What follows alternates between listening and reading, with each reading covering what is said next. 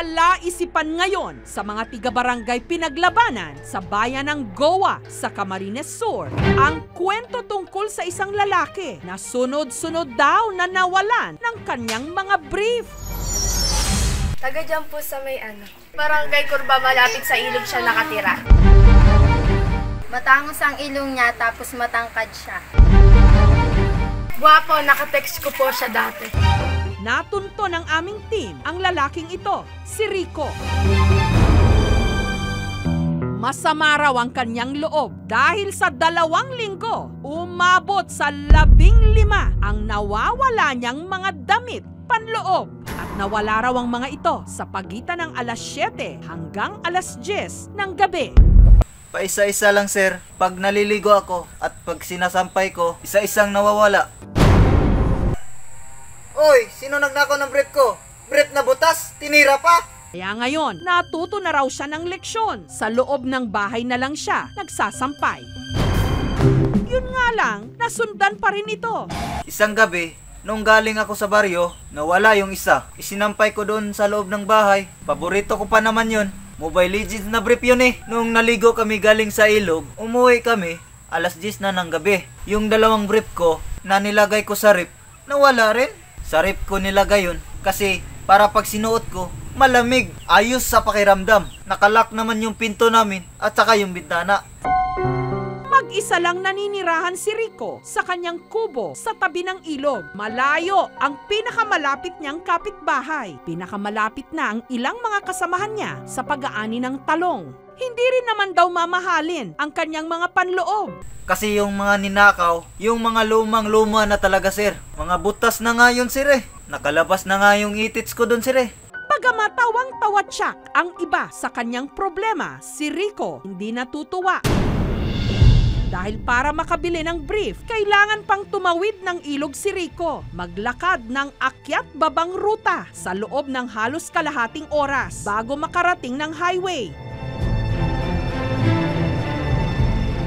Saka pa lang siya makakapag-tricycle papuntang bayan para lang bumili ng bagong brief. Pabili ng brief, ilang beses na po akong bumili ng brief. Tig 6,000 po yung 3 at pag-4 ay 11,000. Mamahaling brief po kasi yung binibili ko. Yung may mga picture ni Sangoku. Pero dahil nalimas ang lahat ng kanyang mga damit panloob, bumili ulit si Rico ng 6 pang bagong mga brief at para raw masiguro na wala ng dedekwat sa mga ito.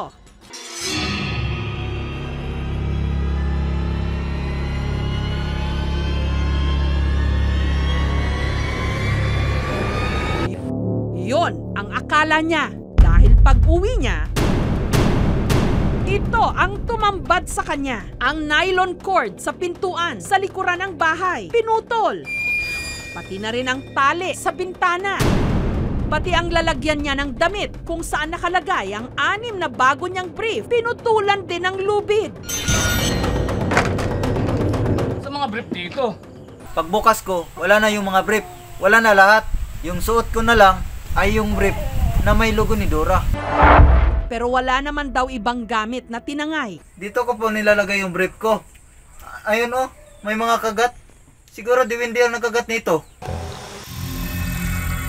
Kaya si Rico naghinala na ang may gawa nito, hindi tao. Maligno ang gumagawa niyan.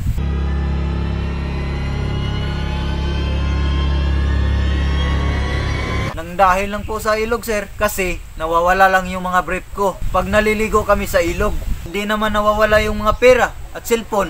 Wala talaga sir.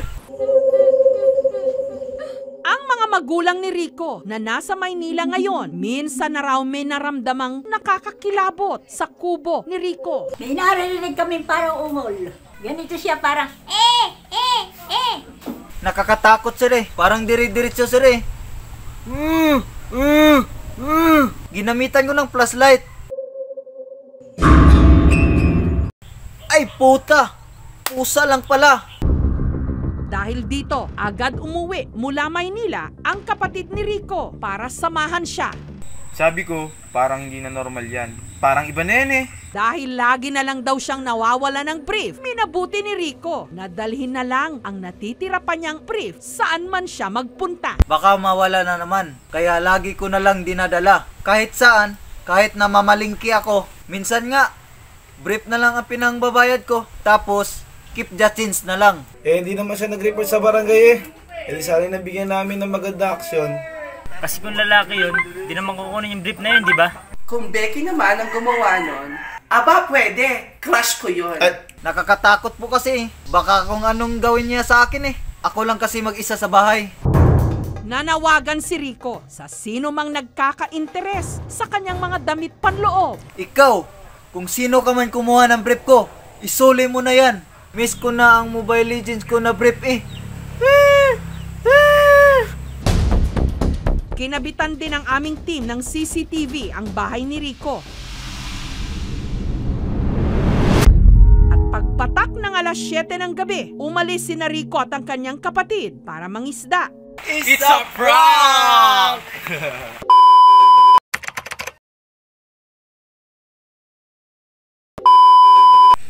Yo!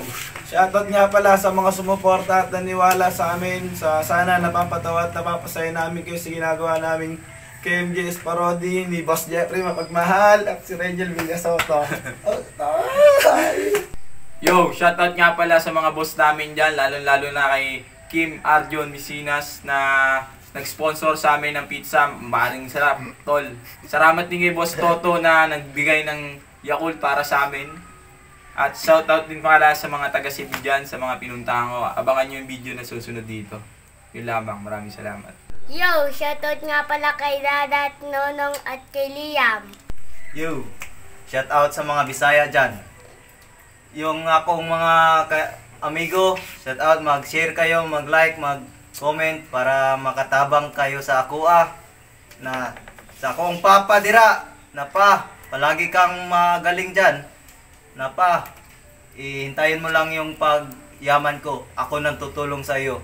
Na shout out sa mga ako ang mga igsuon na si Inday, si Muna, na si Dudong, si Jumar, na maghintay kayo na lang sa akin. Maraming salamat po. Huwag niyong makakalimutan Mag-like! Mag-share. Mag-subscribe sa aming YouTube channel. Maraming salamat sa mga sumuporta. Sana natuwa kayo sa video namin to. Salamat po. What's up? Bago matapos ang ating video, papakitaan namin kayo ng konting self-defense para sa mga na-happy. Sensei Jeffrey, pasok! Habo siya ngayon.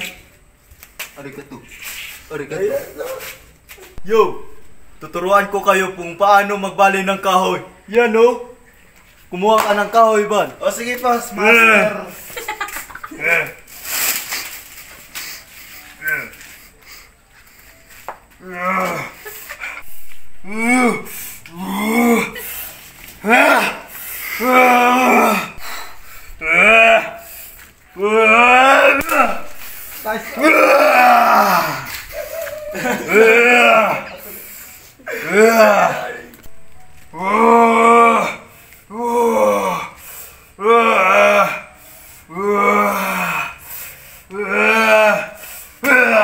Dito lang matapos ang ating video.